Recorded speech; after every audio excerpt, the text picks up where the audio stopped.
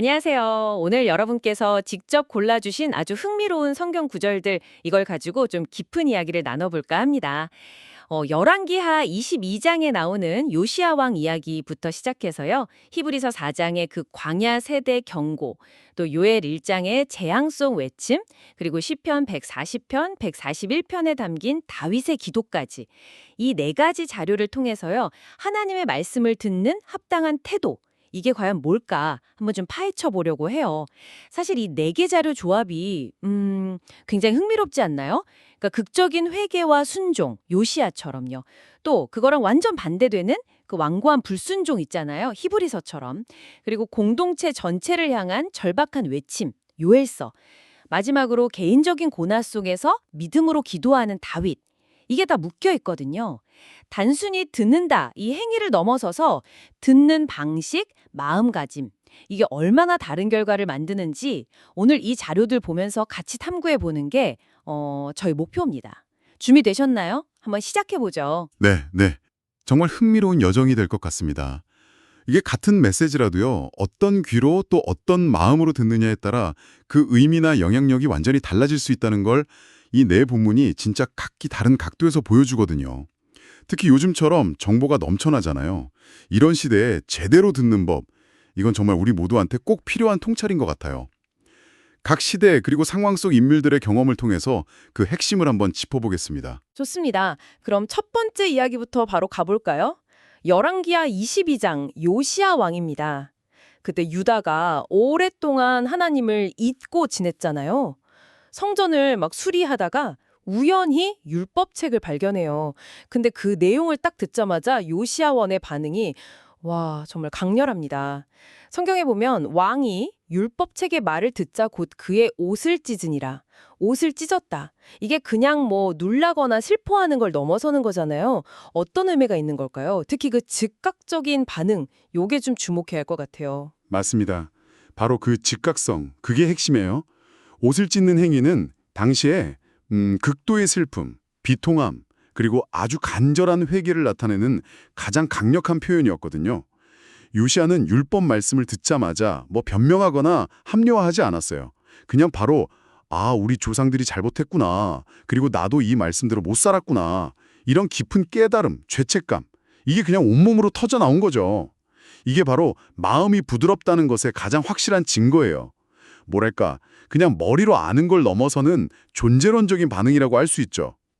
오랫동안 잊혔던 말씀이 그의 마음을 그냥 강타했고 그는 그 충격 앞에서 자신을 완전히 낮춘 겁니다. 만약에 뭐 교만하거나 마음이 완고했다면 절대 나올 수 없는 그런 반응이죠. 듣자마자 옷을 찢는 그런 즉각적인 거의 뭐 본능적인 반응이라니. 와, 오늘날 우리한테는 조금 낯설 수도 있겠어요. 그쵸? 뭔가 메시지를 들으면 머리로 먼저 분석하고 판단하려는 경향이 좀 강하잖아요, 우리는. 근데 요시아는 그냥 온몸으로 먼저 반응했다는 거. 이게 바로 말씀을 제대로 들었다는 첫 번째 증거군요. 여러분은 혹시 최근에 어떤 메시지에 이렇게 즉각적이고 깊은 반응을 보이셨나요? 아니면 좀 분석과 판단의 벽에 먼저 부딪히지는 않으셨는지 한번 생각해 보시면 좋겠네요. 그렇죠. 그 반응의 진정성, 그리고 즉각성, 이게 요시야를 위대한 개혁으로 이끌었던 거고요.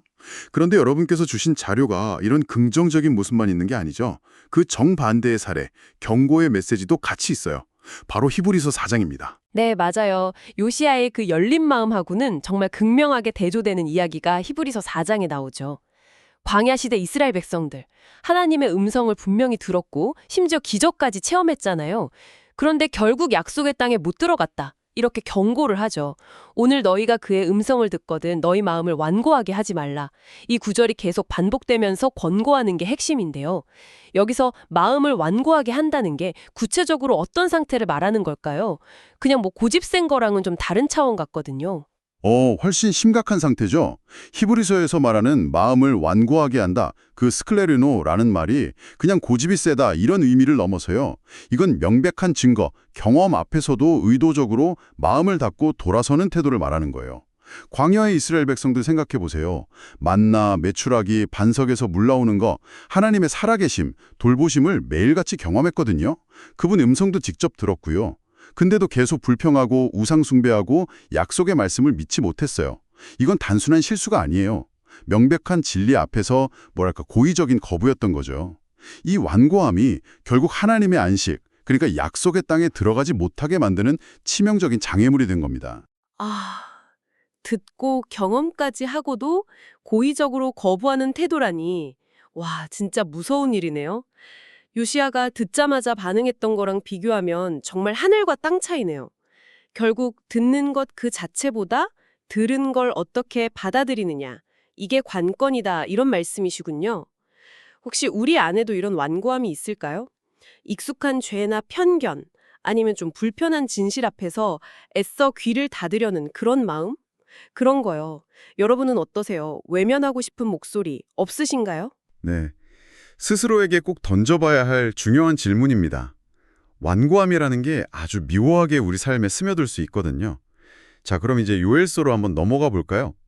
요엘서는 또 다른 차원의 듣기를 요구합니다. 그렇습니다. 요시야가 개인의 반응, 히브리서가 집단의 실패에 초점을 맞췄다면 요엘서 1장은 메시지의 대상, 그러니까 누가 들어야 하느냐에 주목하는 것 같아요. 전례 없는 메뚜기 재앙이 막 온 땅을 황폐하게 만든 끔찍한 상황인데 요엘 선지자가 특정 그룹이 아니라 사회 전체를 향해서 외치잖아요. 늙은 자들아, 너희는 이것을 들을지어다. 땅의 모든 주민들아, 너희는 귀를 기울일지어다. 이러면서 취하는 자, 농부, 제사장, 거의 모든 계층을 일일이 불러요. 왜 이렇게 모두가 들어야 한다고 강조했을까요? 이 재앙 앞에서 왜 특정 리더나 그룹이 아니라 전 백성이 귀 기울여야 했을까요? 그건 요엘이 이 재앙을 그냥 단순한 자연재해나 경제위기 이렇게 보지 않았기 때문이에요. 그는 이걸 하나님의 임박한 심판의 경고, 그러니까 여호와의 날의 전조로 해석했거든요. 그렇기 때문에 이 위기는 특정 계층의 문제가 아니었던 거죠. 공동체 전체의 죄, 또 영적인 무감박함에 대한 문제였던 거예요. 따라서 회개와 각성도 어느 한 그룹의 노력만으로는 부족했던 거죠. 늙은 자부터 젊은이까지, 술에 취해서 현실 외면하는 사람부터 곡식 읽고 슬퍼하는 농부, 그리고 영적 지도자인 제사장까지 사회 구성원 모두가 정말 모두가 함께 귀 기울이고 함께 옷을 찢고 요엘 2장에서는 마음을 찢으라고 하죠. 함께 하나님께 돌아와야만 이 위기를 극복할 수 있다고 본 거예요. 즉, 하나님의 말씀 앞에서는 사회적 지위나 역할, 이런 구분이 무의미하고 모두가 동등하게 책임 있는 청자다. 이 점을 강조한 거죠. 아하, 모두 들어야 한다는 게 그냥 정보 전달 차원이 아니라 공동체적인 책임, 또 연대의식, 이걸 일깨우는 외침이었군요. 나만 잘하면 되지가 아니라 우리 모두 함께 들어야 한다는 메시지네요. 아이고, 오늘날 우리 사회가 직면한 여러 위기 앞에서도 좀 곱씹어 볼 만한 이야기 같아요. 혹시 우리는 어떤 문제에 대해서 저건 내 속안 아냐, 혹은 저건 특정 집단의 문제일 뿐이야, 이렇게 선을 긋고 있지는 않은지 돌아보게 되네요. 요엘의 외침은 우리 모두가 서로 연결되어 있고 함께 듣고 함께 책임져야 할 존재라는 걸 상기시켜주는 것 같습니다. 정확합니다. 그 공동체적 책임감, 그게 요엘서가 주는 아주 중요한 교훈이죠. 자, 이제 마지막 자료인데요. 시편 140편과 141편으로 가보겠습니다. 여기서는 또 다른 종류의 듣기, 그러니까 고난 속에서 하나님의 약속을 믿음으로 딱 붙드는 태도, 이걸 발견할 수 있습니다. 네, 시편 140편, 141편. 다윗이 악인들의 그 끊임없는 모함과 위협 속에서 하나님께 부르짖는 기도죠. 상황만 보면 진짜 절망적이잖아요.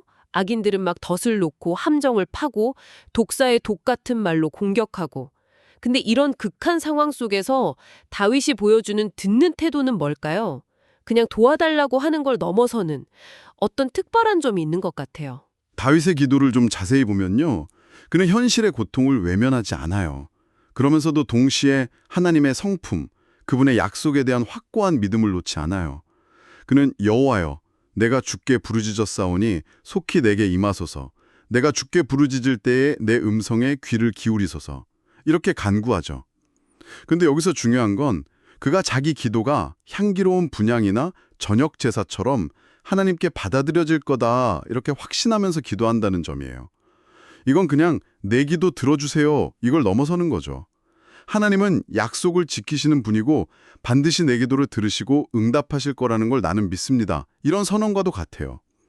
즉, 주변의 모든 악의적인 소음, 절망적인 상황 속에서도 하나님의 신실하심과 구원의 약속, 이러는 더 큰 진실, 이것을 선택적으로 듣고 그걸 붙드는 믿음의 태도를 보여주는 겁니다. 아, 선택적 듣기. 그 표현이 확 와닿네요. 악인들의 위협이나 비방 같은 소음 대신에 보이지 않는 하나님의 약속과 신실하심이라는 신호, 여기에 의도적으로 귀를 기울인다, 이런 거군요. 상황은 최악인데 그의 영적인 귀는 다른 주파수에 맞춰져 있는 셈이네요. 이게 진짜 믿음의 모습 아닐까 싶습니다. 그렇습니다. 이건 말씀을 그냥 단순한 정보나 지식으로 취급하는 게 아니에요. 현재의 어려움을 뚫고 나갈 힘을 주는 살아있는 약속으로 받아들이는 태도죠. 세상의 논리나 눈앞의 현실이 아무리 그 약속을 부정하는 것처럼 보여도 그 약속의 성취를 믿음으로 듣고 기대하는 것. 여러분은 삶의 어려운 순간에 어떤 목소리에 더 귀를 기울이시나요? 절망적인 상황의 목소리인가요? 아니면 그럼에도 불구하고 붙들어야 할 약속의 목소리인가요? 다윗의 기도는 우리에게 그 선택이 얼마나 중요한지 일깨워줍니다. 오늘 정말 중요한 4가지 태도를 여러분이 주신 자료를 통해 깊이 살펴봤네요. 요시야 왕처럼 말씀을 듣자마자 온몸으로 반응하는 부드러운 마음, 또 히브리서의 경고처럼 명백한 진리 앞에서 귀 닫는 그 완고함을 경계하는 자세, 요엘 선지자의 외침처럼 사회 구성원 모두가 함께 들어야 한다는 공동체적 책임감, 그리고 시편의 다윗처럼 고난 속에서도 하나님의 약속을 믿음으로 붙드는 선택적 듣기까지. 정말 어떻게 듣느냐가 우리의 삶, 특히 영적인 여정에 얼마나 결정적인 영향을 미치는지 다시 한번 깨닫게 됩니다. 맞습니다. 그리고 이 4가지 태도가요, 비단 종교적인 영역에만 딱 국한되는 건 아닌 것 같아요. 우리가 직장 동료의 조언을 들을 때, 아니면 자녀의 이야기를 경청할 때, 혹은 사회의 다양한 목소리에 귀 기울일 때도 마찬가지거든요. 마음을 열고 편견 없이 들으려는 자세, 요시야처럼. 혹시 내가 듣기 싫은 소리라고 외면하고 있지는 않은지 성찰하는 태도, 히브리서처럼. 이 문제가 나랑 상관없다고 선긋지 않고 공동의 문제로 인식하려는 노력, 요엘처럼. 그리고 당장의 어려움 속에서도 긍정적인 가능성이나 희망을 놓치지 않으려는 마음, 다윗처럼. 이 모든 것이 우리가 더 나은 소통, 더 나은 관계를 맺고 더 성숙한 삶을 살아가는데 꼭 필요한 지혜가 아닐까 싶습니다. 깊은 울림을 주었기를 바랍니다. 자, 이제 마지막으로 여러분께 생각해 볼 거리 하나를 좀 던져드리고 싶습니다. 네, 오늘 저희가 살펴본 모든 자료는 공통적으로 듣는 것, 그러니까 청각적인 경험을 통해 메시지가 전달되고 수용되는 과정을 강조했어요. 요시야는 율법책의 말을 들었고, 이스라엘 백성은 광야에서 하나님의 음성을 들었고, 요엘은 백성들에게 귀를 기울이라고 외쳤고, 다윗은 자기 기도가 하나님께 들려지길 바라면서 약속을 믿음으로 들었죠. 그런데 참 흥미로운 점은 오늘날 우리는 귀로 듣는 정보보다 눈으로 보는 정보, 그러니까 글자나 이미지, 영상 같은 시각 정보에 훨씬 더 압도적으로 노출된 시대를 살아가고 있잖아요. 이런 시각 중심의 환경 속에서 오늘 우리가 이야기 나눈 듣는다는 행위, 특히 중요한 메시지를 깊이 내면화하고 삶에 적용하는 데 있어서 이 듣기라는 방식이 갖는 특별한 의미나 힘은 과연 무엇일까요?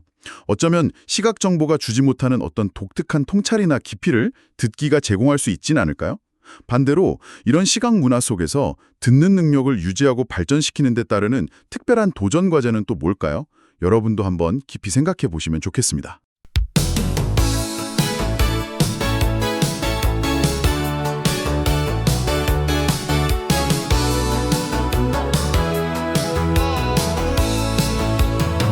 율법책의 말씀 듣고 옷을 찢은 요시야, 왕의 마음은 겸손히 부드러워졌네. 완고함과 교만함을 버리고 말씀을 따라 순종의 길 걸으니 하나님의 음성을 듣는 태도, 마음을 부드럽게 낮추는 겸손, 약속하신 그대로 될 것을 믿으니 말씀이 내 삶을 변화시키네.